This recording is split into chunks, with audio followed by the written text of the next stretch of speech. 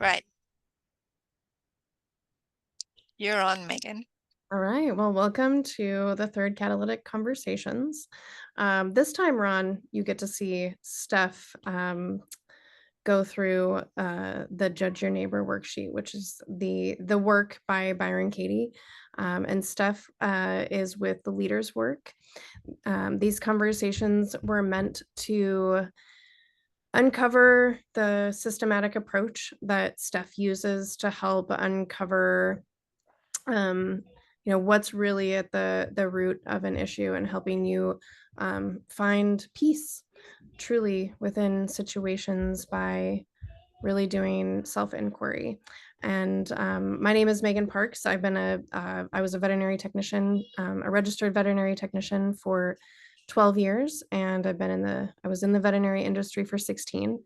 And I left last summer to take a break and just work on myself and get my feet under me. And I've been helping Steph kind of spread the word about what she's doing because it's helped me so much overcome some pretty significant barriers in my mental health journey. And I think that this system truly works for people that are driven analytically. And, Ron, since you're here, just so you know, I think that this is also incredible for neurodivergent people because I am one of those. Um, and it has worked wonders for me because it's a very structured analytical process that you can really write your thoughts and feelings down and be able to systematically go through them. And it enables you to see duality in a lot of situations. So, with that, I will hand it over to Steph and let her introduce herself. Thank you. Okay, so I'm Steph. I'll still start with the veterinarian piece. So I do come from veterinary medicine. I graduated vet school in 1999 in Germany, and I did work for a number of years until my last job was in 2014. And I worked for a lot of years in South Africa, and especially in the early years, like there is a lot of small traumas that a lot of us go through as veterinarians and like the other professions as well. I mean, nowadays they call it, there's moral trauma, ethical trauma, and then there's all these like little things like, just people shouting at you and you can't shout back and, losing your patient. And that is one of the situations that I'm gonna like show how to investigate today. So for me, the understanding is that the reason that it becomes so stressful and so many people burn out is because we don't know how to work through these traumas. We're not being told. And the work is a very powerful way of working through it that allows it to let go of you, to really actually feel those emotions, feel the hurt, find different ways of engaging with the situation in the future. And so it doesn't bother anymore. It leaves the body. It leaves our experience. It's really, I have done a lot of work on myself. I've done therapy. I'm a homeopath, so I've gone through years and years of homeopathic treatment myself. And breath work, I've taught mindfulness meditation and breath work and yoga. I have a 16-year standing daily meditation and breathing practice. And this work is the thing of all of those that is the most powerful to really deal with the things that come in and that stress you. So as you're doing this work for a while, so people that do this work on an ongoing process. So there's a number of white papers out there. What they find is that it alleviates depression, it decreases stress, it improves relationship and communication abilities, it reduces anger, it increases mental clarity, gives people more energy, and most of all, it gives people a sense of peace, of inner peace, and of being supported in the community and in the work in this world. And having said that, it's still not a tool for everybody. The one prerequisite of this work working for you is that you need to have a desire for peace, for being at peace in your life that is greater than your desire for being right. And so this is really quite important, because but anybody who's gone through a moderate to substantial amount of trauma in life has probably found out that being right does not help with the pain. You can be right all you want, and and you still have the internal dialogue that keeps going on and on and on. So this is one prerequisite for the work. And so I've been doing this for, I went to the school for the work in 2012, and I have been facilitating in one-on-one relationships and in workshops pretty much since then. My own company is the Leaders Work, and I'm self-employed since 2020 doing this. And as Megan said, recently we came across on LinkedIn, and it's been incredible to see her unravel all those painful things that had been happening in her life. And yes, I'm very grateful, that you've taken this on and decided to help me spread the word and share it with more people. So thank you for being here. Yeah, I mean, Steph truly has done a lot by herself, and she should give herself a lot of credit for that. I know I'm amazing. Yeah, I mean, you are. But nobody else knows. That's the problem. I think they do. Okay, so we're going to demonstrate the process of the work, and I like to introduce it in Katie's words because Katie is amazing and very to the point. The process is judge your neighbor, ask for questions, and then turn it around. And the for questions of the word of the work are, you can see in the yellow card. I'll share this for a moment. Share. No, I'm gonna share it in the little chat too. There we go. These are the 4 questions of the work. I'm also leaving it up for a moment, Ron, for the recording. So is it true? Can you absolutely know it's true? And then how do you react? What happens when you believe the thought? That's the question when we really go into our experience in that moment. So the work always focuses on a specific moment. It's not this like, oh yeah, we always do this. No, how is it right in that moment? How did that happen there? And so here we really get to see what we feel. We get to name our emotions. We get to see how the emotions play out in the body, how they inform our interactions in body language, facial expression, tone of voice, all of these things. How do we treat other people? How do we treat ourselves? What do we think about ourselves? So it really creates a tremendous amount of self-awareness. And then the next question is, who would you be without this thought? Inviting us to step into the role of the objective observer, like really just taking a step away and looking at the situation again. And really pretty much across the board, the situation becomes less stressful if we do that. And we start to see the people in front of us much more clearly. We are more able to connect with them. And in that same process, we're also more able to connect with ourselves. And then the turnarounds, we turn the thought around, and we'll demonstrate how that is. That's really a training of open-mindedness. Because we are like, stress happens because we think this is true, and that's it. And in the turnaround, we find that this is true, and that is true, and that is true as well. Like what you were saying earlier with this the pet lab, this thing where people can order a box to do a swab at home. So yes, there's problems with it, and there's also a lot of good things that come out of it. And so the work helps us just have a way more inclusive perspective that also gives a lot more clarity. Okay, so let me stop the share. Okay, and then, so Megan, yes? You want me to share the, I shared it in the chat so that anybody can pull it up. Okay. And have it. Do you want me to share it for the recording for a moment? The worksheet? Yeah, let's see if you're okay. I'm not even sure if you're co-host yet. Let me just do it. Just because it's quicker. Okay.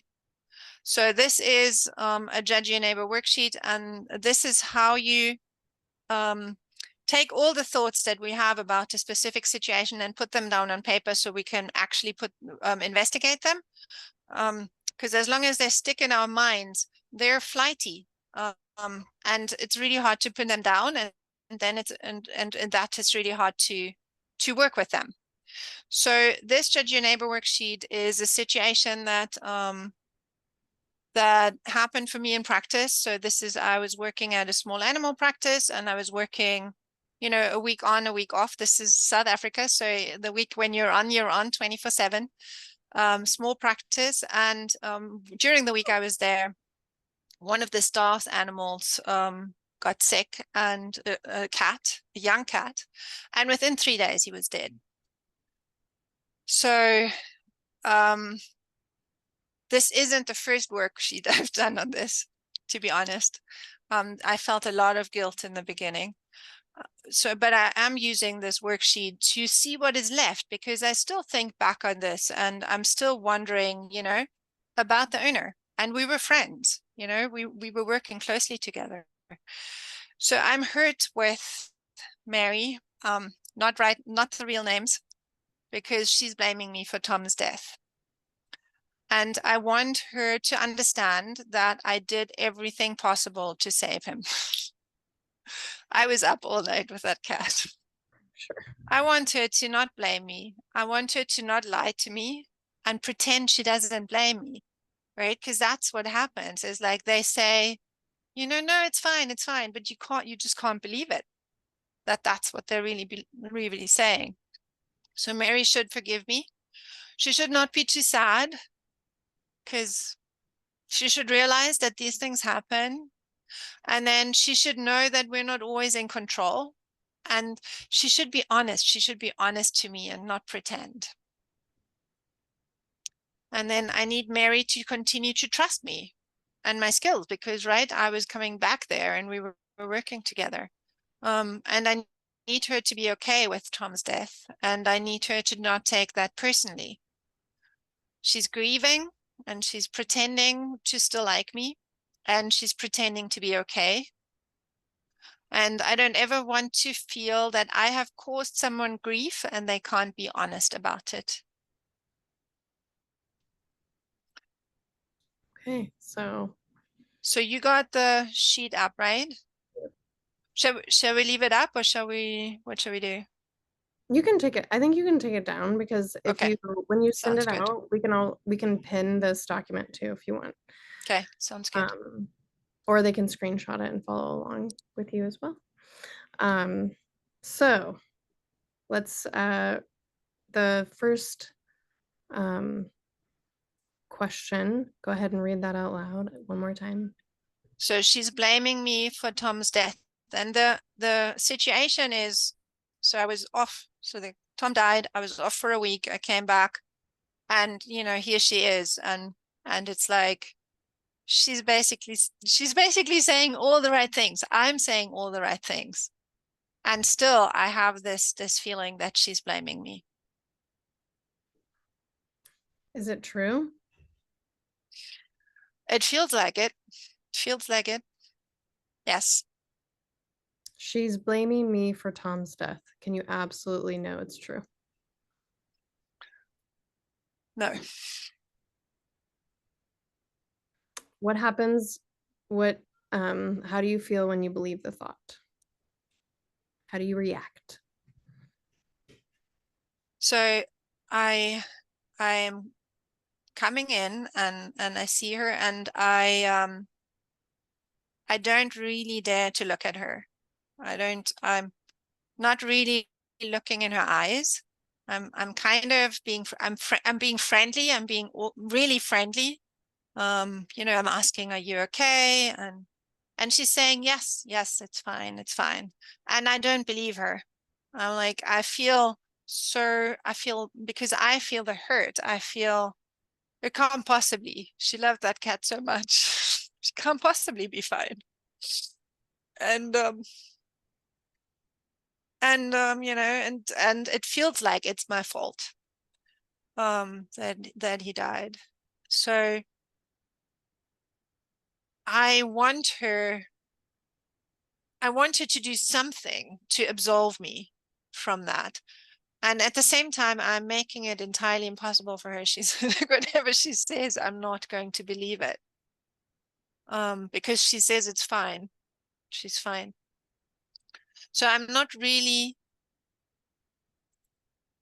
connected with her in the same light way anymore. I feel like she's holding things back from me. I feel like I don't trust her anymore.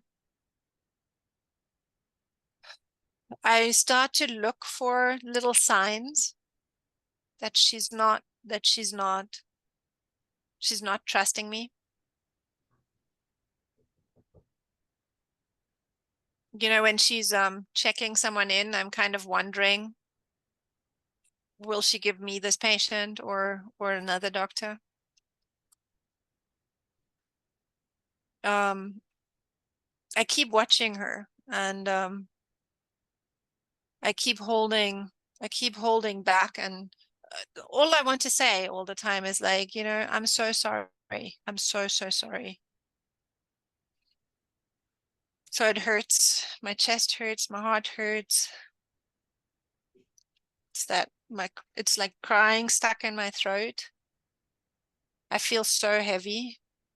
And I don't trust myself anymore either. It's like other animals in the cages, is this going to be enough? Is this going to be enough? Are they going to be fine? So my stress level goes up overall, doubting myself, second guessing, overthinking.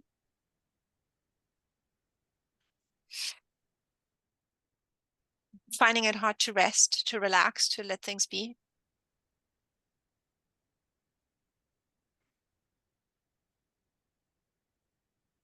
And keep coming back in my mind to, other times when I couldn't help them get better. They died, and it happens plenty. And all of that adds to that heaviness.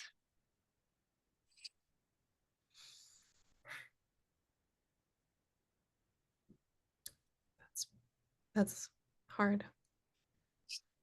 I've been with, friends of mine that were vets that experienced the same thing you did.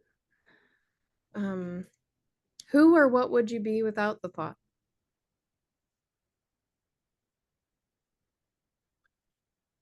So without the thought, walking in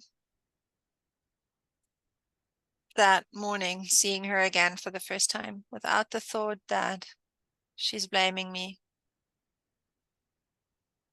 I'm open. I can really have my heart open. I still say the same thing. I still say, I'm so sorry, and are you okay? But I trust that she will be honest. And we can walk through this together. I don't have to push her away. I don't have to pretend things. I can look at her.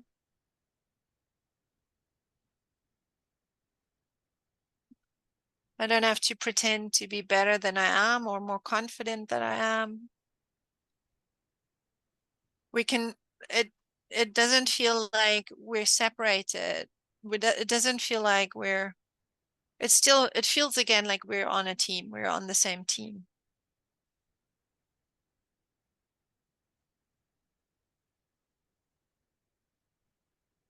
It's still sad, but it's much lighter. It's much more loving. Can you turn this around? She's not blaming me for Tom's death. Well, that's what she says. She's definitely not. She gave me a present for being there through it. She really didn't act as if she was blaming me at all. Can you turn it around again? The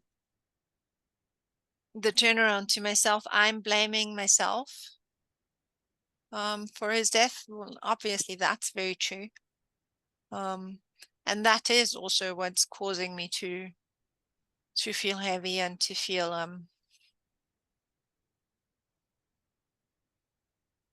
not good enough, to doubt myself, and to look for that in her, because I'm blaming myself because I couldn't do it. And the third turnaround would be I'm blaming her for Tom's death.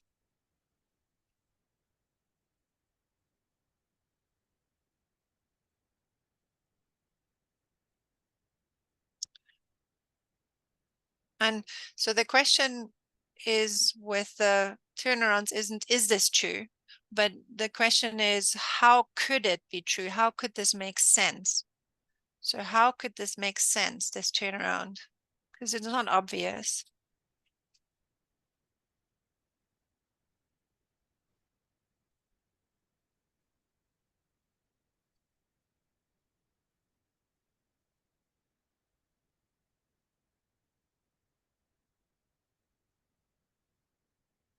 And I don't see it with her, but I see it in other cases where I've done that, where I would have turned around and said, well, it was brought in too late, or, well, you didn't do that. And, well, this is because what I did wasn't working. So I don't remember it with her, but I can see where I did it at other times.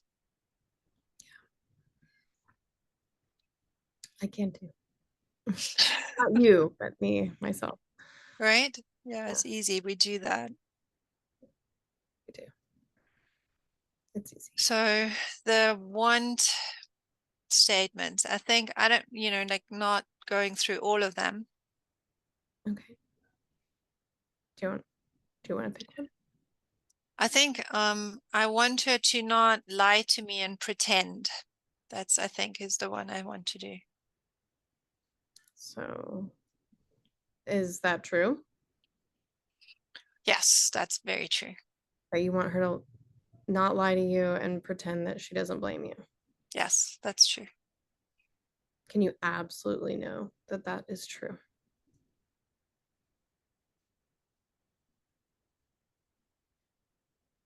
No,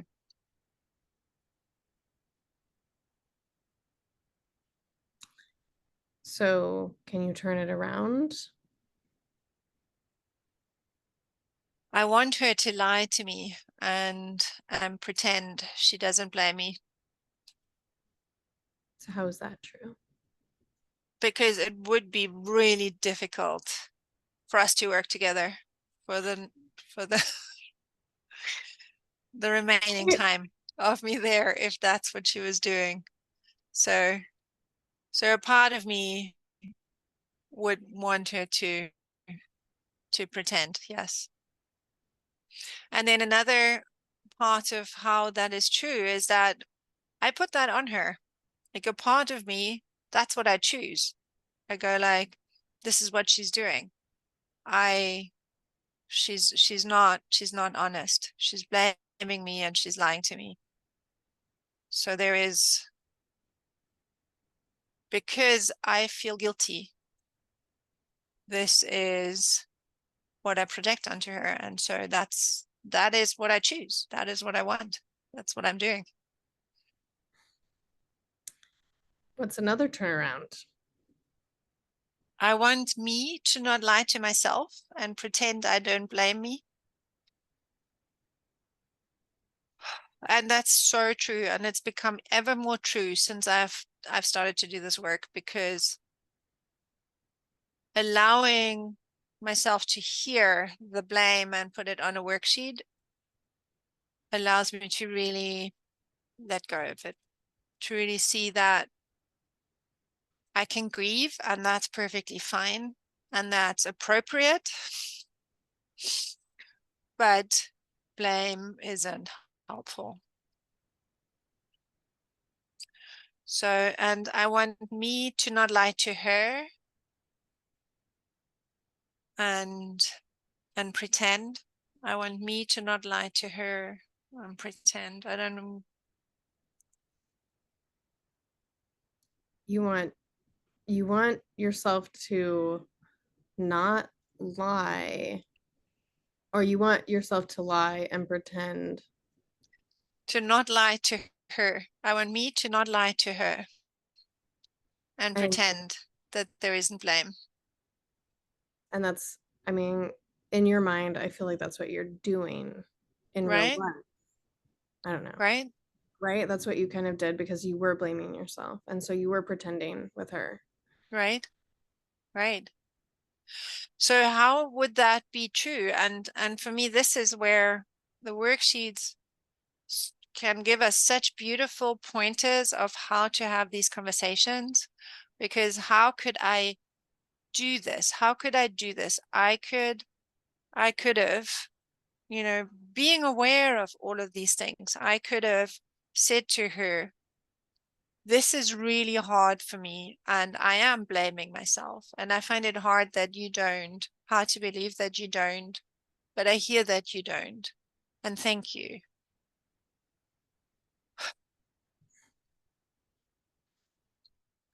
To honor what she's saying and to honor, to try to say, I believe you. And at the same time, to be completely vulnerable and honest about what's going on for me. That's a good one. Do you want to move on to the should statement? Mm-hmm. So she should forgive me.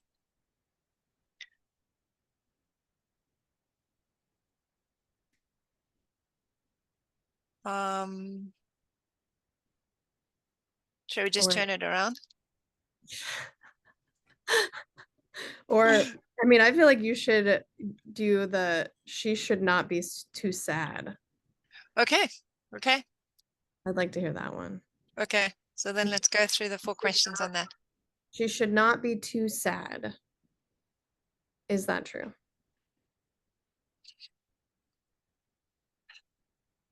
No, Can you turn no. that? Um, I want to go through the 4 questions because I can feel it. Yes. Um, do you want me to ask you, can you absolutely know that's true? Can you absolutely know that it's not true? No, I can't. How do you react? What happens when you believe that thought? She should not be too sad. I want to fix her. I feel that it increases my guilt.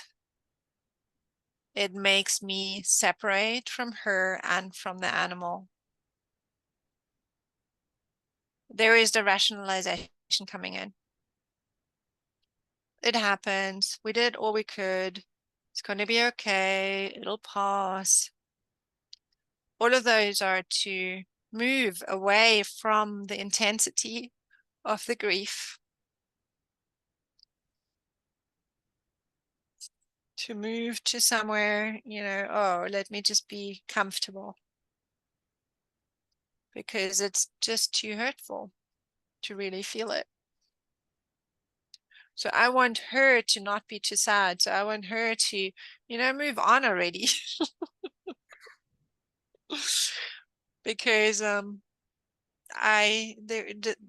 belief is that, if she moves on, then I can also move on. Though it's got nothing to do with me, but that's the belief. So, who or what would you be without that thought that she should not be too sad? It really opens my heart, and it's one of those moments when you really have your heart broken, and that's okay because it is loving, just loving, just loving to grieve and to remember together what a beautiful cat he was.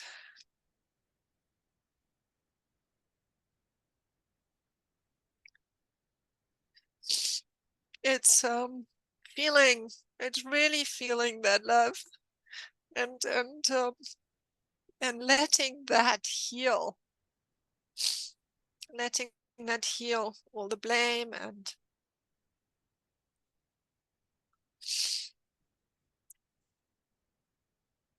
all the separation that I feel from her.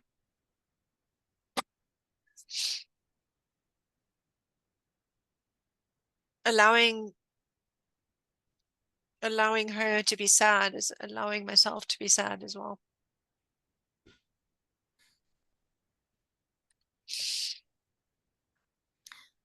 So, can you turn the thought around? She should be too sad.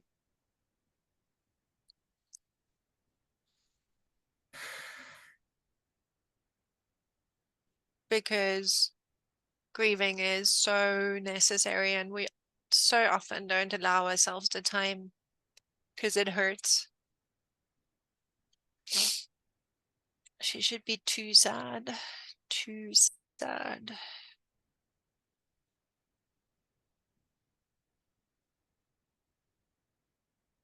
And the should statements are always how does this make sense for someone to be too sad? Like, we're not taught to deal with sadness. We're not taught, so often we're too sad to allow it. Yeah. And she should be too sad, right? She just lost her cat just like a couple of days ago, right? Just days before this. And Exactly. so I And see it would make sense that she doesn't stand there and cries, because that's not how we are learning to connect with people. We're learning to hold it in. that's another way you could turn it around. I should not be too sad. It's that prescriptive thing again, if that's what I think. She should, then how does this apply to me? I should not be too sad. The rational mind says, there is nothing you could do. You have to move on. You mustn't let this hurt you too much. I should not be too sad. And from where I am now, I know that allowing the sadness is so freeing. So I'm no longer too sad. It's a gift. It's a gift to feel it. And I'm no longer afraid to feel it.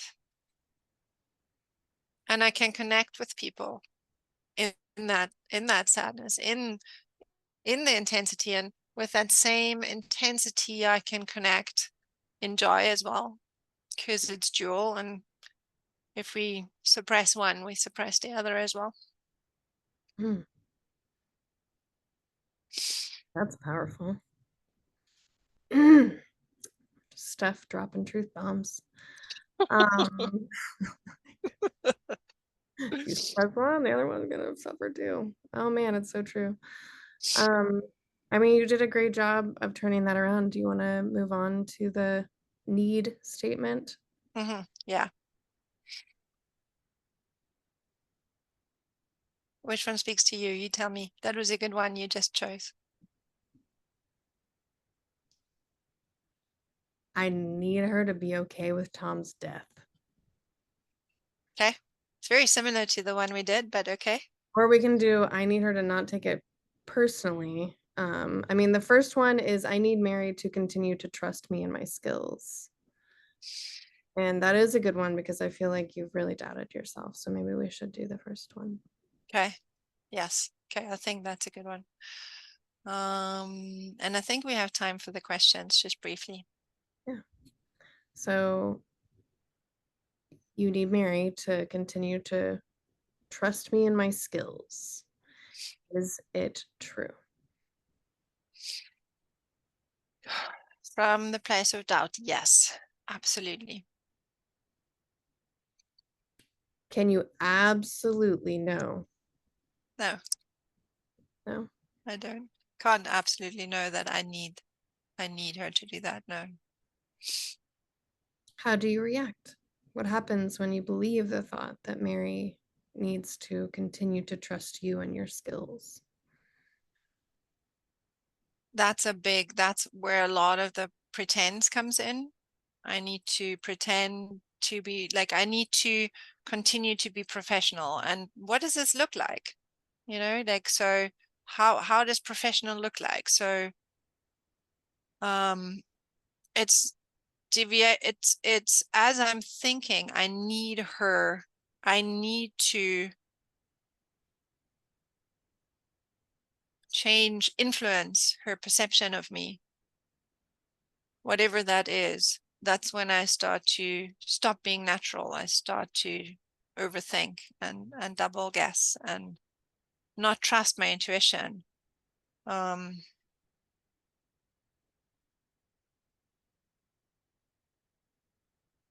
need her to continue to trust me and my skills.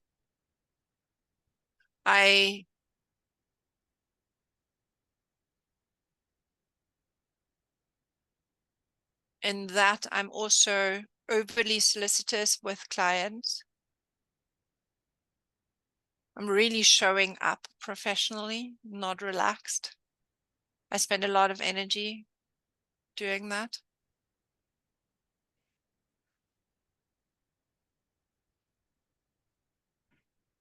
And when you were talking about this situation in the beginning, you came in and you were like hyper focusing on her and watching if she was doubting you at any moment. And so I'm sure that was another layer. Right. And that, right. Yes. And that Trust is like looking seeing for it. her there and then, interacting with clients. So like we're in the reception area and like interacting with clients, like, I've got this, got this. Showing up, showing off almost. And yeah, and not really. So it's like watching her on the side there, like keeping some focus on her, but at the same time not really interacting with her. Yeah. Like, somebody's gonna attack you from behind or from the side and you don't know what's gonna come. So there is that tension there. So who would you be without the thought that Mary needs to continue to trust you and your skills? Which I just really quickly want to point out that the statement itself implies that she trusted you at one point already.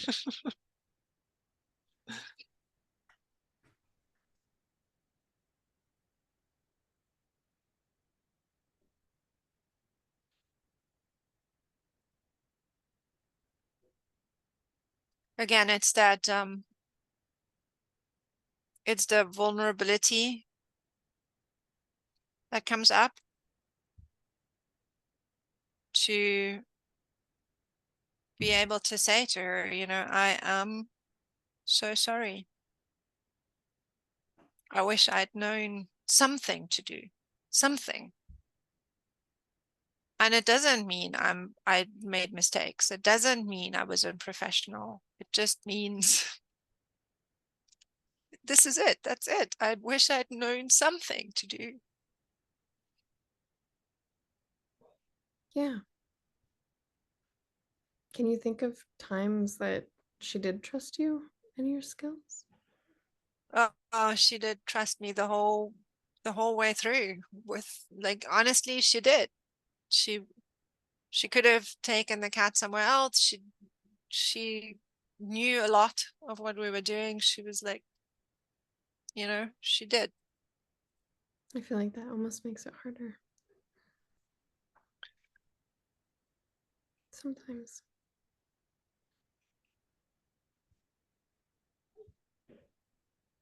And then there is another piece that's coming in here now.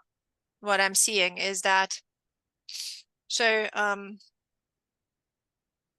there is another doctor there that day. And without the thought that I need them to continue to trust me. I have more ability to say, I want to review this with you because I want to know if I didn't know something, if there was something that I could have done better. I want to know. So will you review this with me when I don't have to, pretend that I know everything? Yeah. Mm. That would be great for that vet, probably too. Do you want to turn this around? I don't need Mary to continue to trust me in my skills. So the need statement is, do I need this? Do I need this? Like, I need to breathe, I need to eat, I need to sleep. So in that way, do I need this? No. And what about turning it around to even Mary, right? So it would be Mary continues. I guess, how would you put this? Like, how can you say, like, Mary already trusts you and your skills? I guess, like, you don't need, I guess that's what you just said. But Right. like, Megan, that's one of those turnarounds where you already make, like, you're oh putting, yeah, I think like, you're it's like, going into her business. oh That's yeah, one. no, it's her business. I always It's do that, Ron. It's right, her business, not mine. right. So the turnaround to the opposite is Yeah, so that's what that you undo that focused attachment to, like, she's not trusting. So, but yes, so so the other turnaround is I need me to continue to trust my skill. how is that true?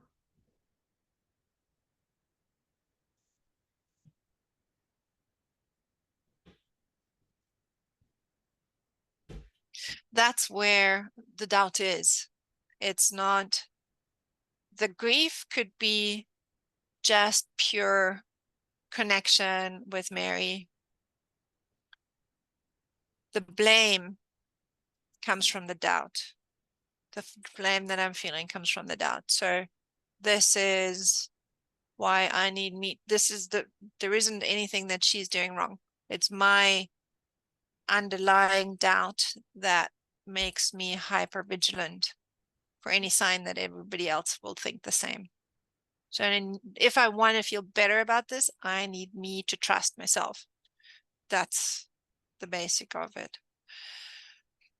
And then I need me to trust Mary. I trust her and her skills. Ah, that feels so nice to, she's been in this forever. She's to trust her that she says what she needs to say and she keeps back what she needs to keep back, and that she makes whatever decisions she needs to make, and she does whatever healing she needs to do, and it's not my business. It's for me to trust her and to be open on my side. Beautiful. So we're to the complaints now. Mm-hmm. And I believe we just have to, you get to be petty and judgmental at this point, Ron, and it's a lot of fun. Trust me, I've filled up space. She made it all beautiful and like short. Mary is grieving, pretending to still like me, and pretending to be okay. So this is what you think of him or her in the situation. So in that moment, as I'm walking in, she's grieving. Well, actually, and this is interesting because this is where the work can really teach present moment awareness. And because, like, right in that moment, as I'm walking in, actually she's talking to a client. So she's not grieving in that moment. Maybe not.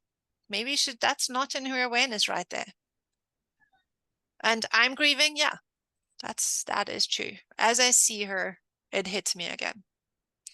So she's not pretending to still like me. It's possible. It's like if she doesn't like me, actually, the truth of the matter is that she's pretending really well. And I'm pretending to still like me. That's also true. And I think that's what we do a lot in veterinary medicine, is pretending to still like ourselves when we have these moments when things don't go right or don't go according to what we think they should. And So Mary, and then she's pretending. I think we should just do the last one, yeah. just for time. Yeah, I don't ever want to feel I have caused someone grief and they can't be honest about that again. And that's turning to, I'm willing to feel that I've caused somebody grief and they can't be honest about that. Gosh, because we're human. So Ron, to And explain a little further, the last statement is kind of how you wrap up the situation, and you have to be able to say out loud, I'm willing to feel this way again.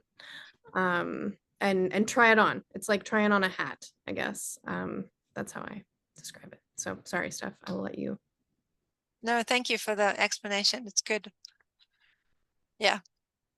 So I'm willing to feel that because I am interacting with humans, and that unless I move to the hermitage, this is potentially going to happen. And yeah. Yeah, I mean, I'm sure like grief doesn't always have to be about a dead cat or an animal for that matter, or a person. Exactly. I mean, it could be a person that you worked with that, I mean, like speaking from my own experience, I'm like, I feel like, um, I cause people grief just because of like my hardcore value and belief and ethics system sometimes went too far. And it kind of gave them a false sense of like what the industry, like, why is she so mad, like why does she have these crazy like high expectations.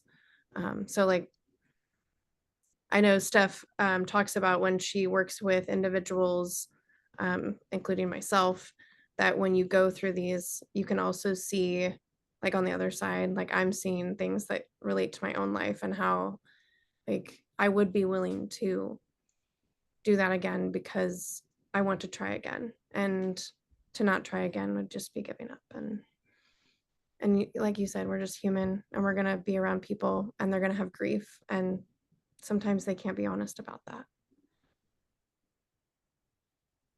Yep, that's right. Yeah. That's it. And Ron just put in the text. You were. Did you see it? You were the flaming sword of justice. And I was thinking, now you're the flaming sword of healing. Kind of, yeah. It's been a journey and I'm still Uh-huh. learning, and there's still like layers. It's like an onion, Ron. Yeah. Like I mean, Yeah. Lots. I just like keep peeling back stuff. I'm like, oh my God, oh my God, oh my God.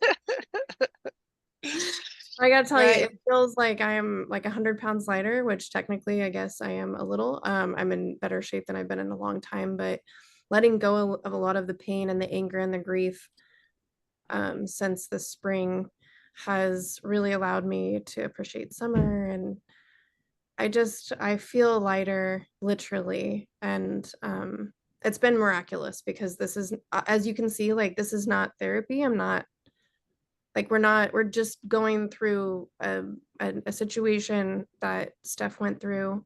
Um, and the other two sessions we went through situations that I had gone through.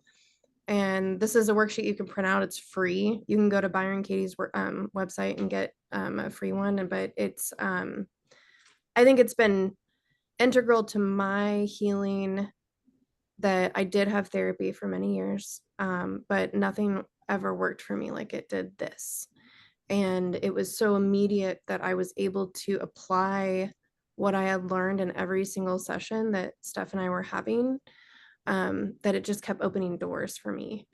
And I've never, ever, I don't think I've ever said, like, come out of my mouth that, like, I think I'm just gonna wait for a little bit and figure out what I want to do, because like that's not been who I was. I was like the queen of ambition, and like I always had a plan, and there was always 5 million other things. I mean, Ron, you were like, my doppelganger, and but your shit more together, right?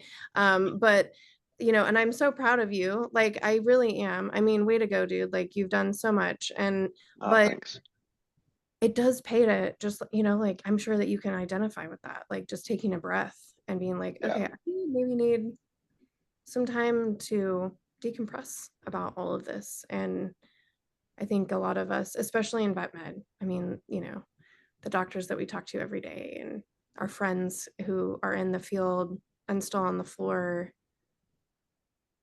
I don't think that they think that they can slow down. Like it's almost like Mm.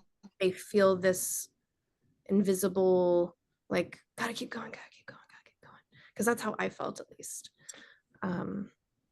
And this has really helped me kind of take a step back, and that's why, like, Ron works part-time as a vet assistant. Are you still a pet, like, okay. And so this is Yeah. why it's so funny. Ron and I are very parallel, because I think we had even talked about this. I was like, maybe Uh-huh.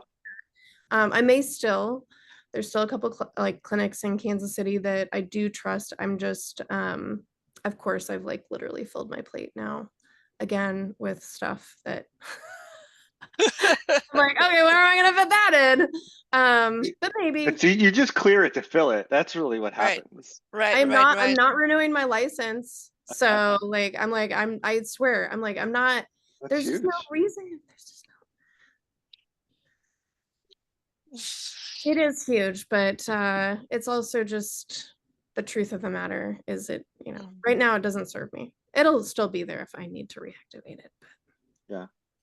yeah. Like you Can can I shake that off. Let it Yeah, go. shake it out, shake it out. I'm literally taking a break. I mean, that's what this is, right? So right, Yeah. totally. So what did you think, Ron? Like, were you familiar with the work before this session, or? No, I think there's a lot of parallels in some of the teachings I've read and some of the conflict resolution things that I actually teach. Mm-hmm. Um, so I like seeing those parallels, and I wrote in the chat there is it's really interesting because it really points out black and white where and I'm putting myself in your shoes for a second, but where I'm not acting my authentic self. yeah, Like that's what I took away from this probably the most. It's like it is Yes. blaringly obvious. I wouldn't be Yes. acting how I want or would want to show up, or going against my own values and trying to act a way that I think I should be doing rather than who I am. Right. Exactly. And it's because we don't know, because we're not aware of it. We've got all these layers of, like you have to be professional, you have to be kind, you have to be this, you have to be that. All of those layers before we even ask ourselves, like, who am I underneath all of this? Exactly. And that's what the work does. It just like strips it away and it allows all of this to come up. And the thing is, like, I'm flowing through emotions nowadays, right? I mean, like on my way to the lake, I might be in tears in 5 minutes and then like in laughter the next, and it just flows through, it's so easy and so light. Yeah. Um, and yeah, and then that's what it feels like to be authentic. And also you get to feel your body because your body gives you a lot of feedback. Mhm. And the amount of veterinarians I'm talking to when I ask them this question, like where is this in your body? How do you feel this in your body? And they go, I don't know. or this is my personal favorite. I think where is this in your Ron, body? like I think. I think that's part of why I have been able, though, to feel so much better, is like legit the body thing is so real. And I actually said this, that's so funny that you brought this up, Steph. And I Mhm. know that we're wrapping up and we're gonna let you go. I could talk forever. I know, right? I have family members from out of town, so I'm gonna wrap it up. But I love talking to you, and I wish that I could talk long. And Yeah. we'll have to connect sometime. But Yes. I had told a friend of mine that was a vet tech as well. Um, she actually graduated with me, but I was like, the biggest thing I've learned is that when I am feeling an emotion, I feel it in my body. And then when I go through this process, I'm able to feel it and then eventually let it go. But I think I've also realized that I was not breathing all the way. Like Yeah. I and it hit me the other day. I'm like, I don't think I was like, I literally was not supplying enough oxygen to my freaking tissues because I was in this state of like panic. And now that I've been able to breathe, I'm like, Steph, I held my breath underwater at the pool for like over a minute That's last, awesome. which I'm like, dude, like that's crazy. And my husband and my daughter got like 35, 36 seconds. And I was like, I think that this process also, when you turn it around, you are able to meditate. And it's inevitably teaching you how to meditate in a way that's not the traditional way of like, okay, sit down, like envision this. Like it's literally making you go back into your own mind and replay the situation. And we don't realize it, but we're actually meditating on that moment in time. And like I was like, and so I've gotten a lot better at it. And I think that that makes us have more thoughtful decision making. So anyways, all that to say, I just love Steph so much. She's It's literally phenomenal. yeah. So This is great. I'm Thank so you. glad that you joined tonight, Ron. Thanks for coming. Yeah. Like Yes, there's Thank like thanks you for coming. guys. like 90 people register for this and they're like, we'll just watch the recording. It's fine. I was Right. probably Okay, I did that for the first two. bye. Don't. It's fine. It's fine. I'm like, but like how ironic you showed up tonight and Uh-huh. it was like a little intimate affair. But I Yeah, think I dropped a Mhm. link in the it's chat. this. I love that. I read this back in 2018, and it's more about parenting, but I think there's a really big lesson about being able to feel and not stop the emotions, right? Like a Mhm. lot of times we don't get to feel and go through the emotions because I do think our body's good at feeling and releasing, and we just try to Absolutely. cut it off because we want to feel good. And Mhm. so a little bit about that. And then I think that there's probably a step further where we get I call it getting lost in that emotional tunnel, right? Like we feel it, but then we get lost and can't find the end of the tunnel. And so we just wallow in it. And so yeah, Yes. I've been working on a So lot of that. this is how it works. It's like you have a thought and you believe it, and that Hmm. thought triggers an emotion. Yeah. And then that emotion triggers more thoughts along the same lines, Yeah. which intensify the emotion. So you can stop it either at the emotional level, you can stop it there, or you can stop it at the thought level. And the work helps you to stop it at the thought level. Because it really all it needs is to stop that cycle that's going on. Yeah. Exactly. I was working with a young man who was really struggling with anxiety. He was on 2 different medications, and then they didn't work well together anymore. So he had to stop. And we did 5 sessions together, and that's what I taught him is, like, question the thinking. Like, I'm not, he was really feeling like, I'm not going to survive this. Panic attacks are so bad, right? So we Yeah. went through those, but also to just learn how to feel that fear in the body, because it's not killing you, it's just fear. Yeah. And so he started to build up that tolerance. And, like after 5 weeks, I mean, he's been struggling that for years. He hasn't had a panic attack for the last month. That's amazing. That's I believe It's it. awesome. that thing. Like, Congrats. That's like, amazing. I know, because it's exactly that article that you're saying, Mhm. we are not taught how to feel our emotions. We're not taught. We're really scared of them. Yeah. I know so. Yeah. And we cut ourselves up from being alive by pushing them away. Because if we push them away for long enough, joy becomes so intense. We're not used to feeling that joy. That's Yeah. so true. I'm actually in the middle of writing something right now about the addiction to cortisol, but also the rush of dopamine as we engage in conflict. And Mhm. so sometimes we go out seeking conflict to engage into that dopamine rush. So, I only know it because I'm one of those people. Come on, argue with me. I want it.